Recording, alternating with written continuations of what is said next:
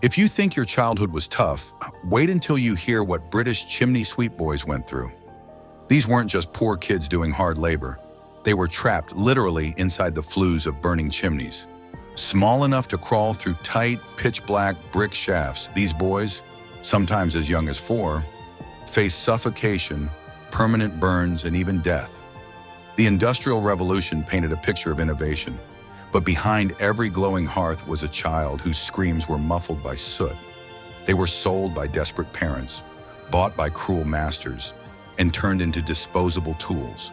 For them, there were no toys, no schooling, just darkness, ash, and pain. Imagine if this was your child, waking up covered in ash, coughing blood, and dreading another day inside a burning wall. This story isn't just about the past. It's about how power treated the powerless. And unless we talk about it, history risks repeating itself. Today, we journey through the dark chimneys of 18th and 19th century Britain to meet the forgotten children buried under soot and silence. This is the story of the chimney sweep boys, and it starts with fire. Before we dive in, just a quick ask. These videos take a lot of time, research, and care to create. If you're enjoying the journey through these forgotten corners of history, please consider liking, sharing, and subscribing. It doesn't cost you anything, but it means everything to the channel and helps keep these stories alive. Thank you so much.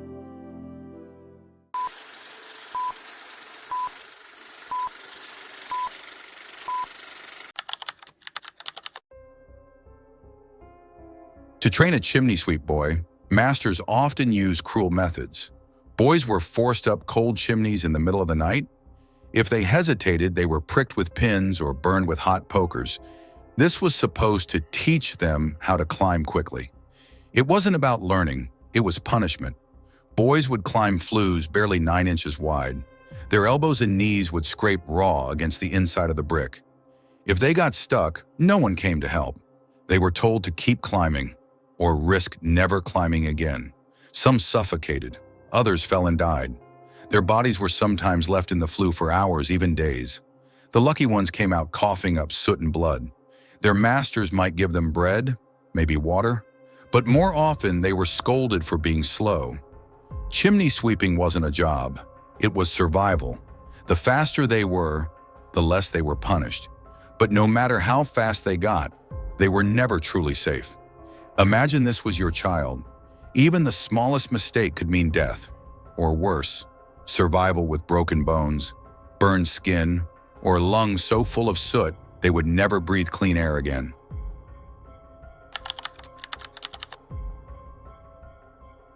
Every day for a chimney sweep boy began before the sun even rose.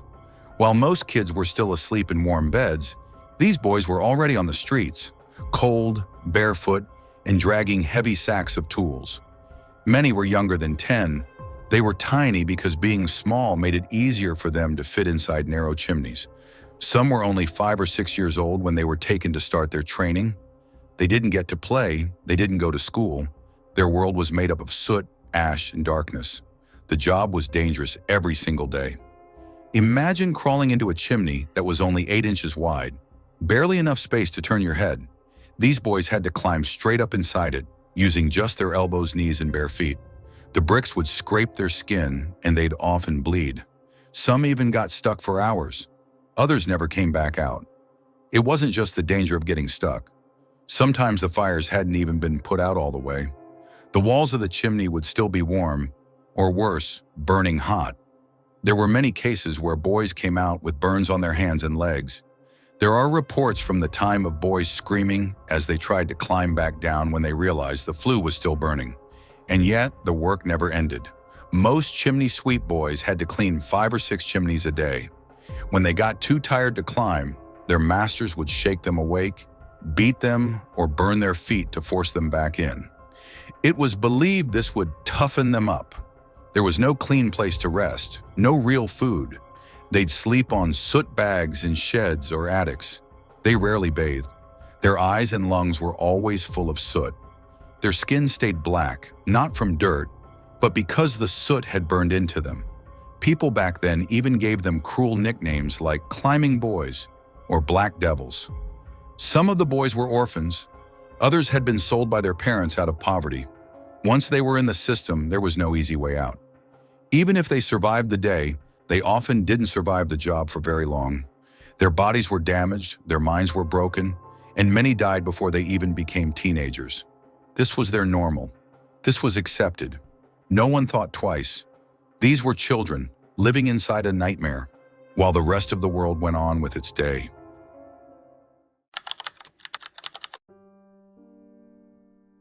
What no one wanted to admit back then was just how broken these children became.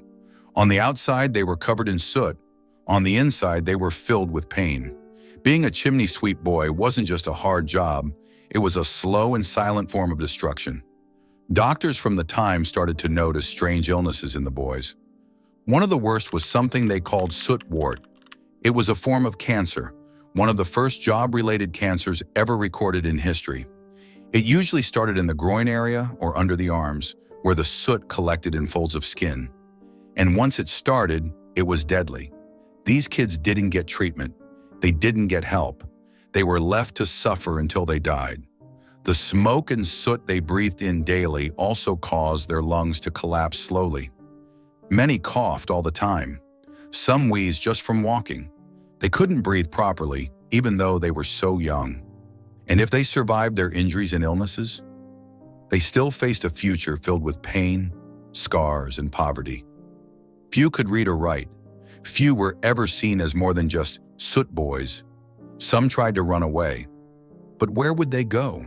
They had no money, no family, and no rights. If they got caught, they were beaten. If they didn't come back, someone else took their place. That was the horrible truth.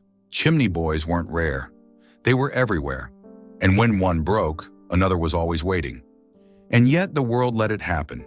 People saw the boys on rooftops or walking down the streets, covered in black soot. Some people pitied them. Most just looked the other way. The wealthy who hired sweeps liked clean chimneys. They didn't want to know what it cost to keep them that way. As long as their fires burned bright and their homes stayed warm, they didn't ask questions. And the church, the government, for years they did nothing. In fact, many saw these boys as lucky. They had a job after all. They weren't beggars, so that was considered good enough. The truth? These children were invisible, and no one stood up for them. Every climb up a chimney came with a cost paid in pain, in years lost, and in lives cut short. This wasn't just child labor. It was a system that saw children as tools, not as human beings.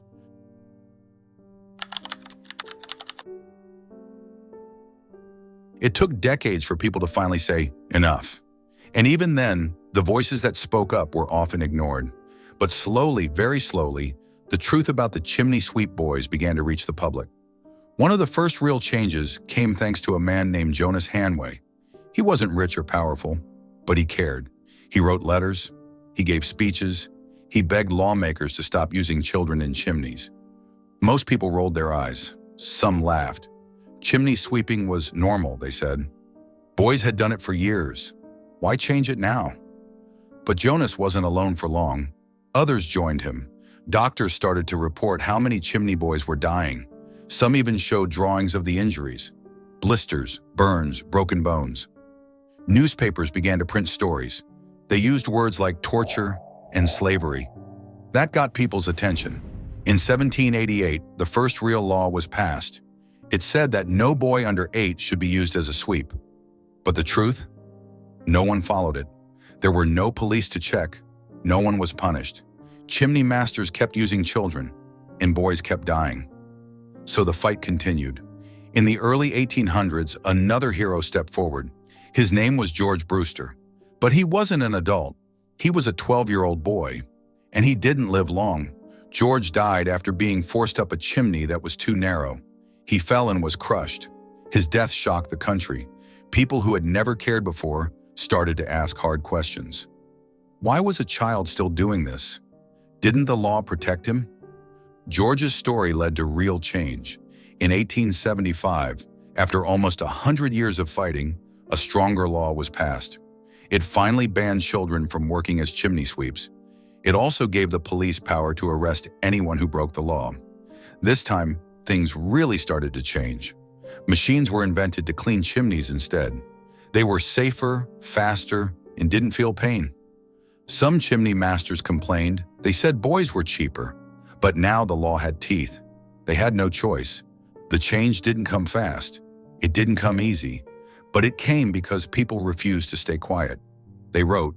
They marched. They told the stories of boys like George. And in the end, they won.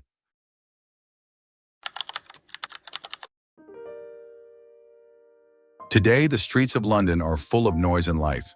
People rush past brick chimneys without even noticing them. But behind every chimney is a story, one we should never forget. The chimney sweep boys were never given a choice. They didn't ask to be born into poverty. They didn't ask to be sold or taken. And they certainly didn't ask to climb into dark, deadly tunnels every day. They were just children, forced to do the work of machines. And for many years, the world let it happen. We remember their pain not just because it's part of history, but because it reminds us of something important. When society turns away from suffering, terrible things can become normal. People ignored the cries of the chimney boys because they were poor, because they were small, and because their pain didn't matter to the rich. But every time someone stood up, like Jonas Hanway, or the doctors, or those who told George Brewster's story, things began to change. The chimney boys are gone now. But in old homes, some flues still hold the soot they left behind. Some even hold names scratched into the brick, a tiny mark from a tiny child, trying to prove they existed. Their story is not just about the past, it's about justice, about remembering the voiceless, about making sure that no child is ever treated like that again. Today, we have laws to protect children. We have machines to clean chimneys. We live in a different world. But that world was built on the backs of those boys. So the next time you see a chimney, think of them. Not just with sadness, but with respect. They weren't weak. They were strong. They climbed through darkness, literally, and still held on. Some even survived to tell their stories, but most didn't. That's why we tell their story now. So they are never erased, so they are never invisible again. So we remember that children should play, learn, and dream, not clean chimneys for a piece of bread. History can be cruel, but we honor it by learning from it, by speaking for those who couldn't, and by making sure the suffering of forgotten children was not in vain. Now, after hearing about their experiences, I want to pose a question to you. Do you think these boys deserve this kind of treatment? Please share your thoughts respectfully in the comments below. Your thoughtful engagement helps us bring these vital, often uncomfortable parts of history to light. If you enjoyed this video, please consider leaving a like and subscribing. It really helps us keep bringing forgotten history back to life. Thank you, and see you in the next episode of Dark Lore.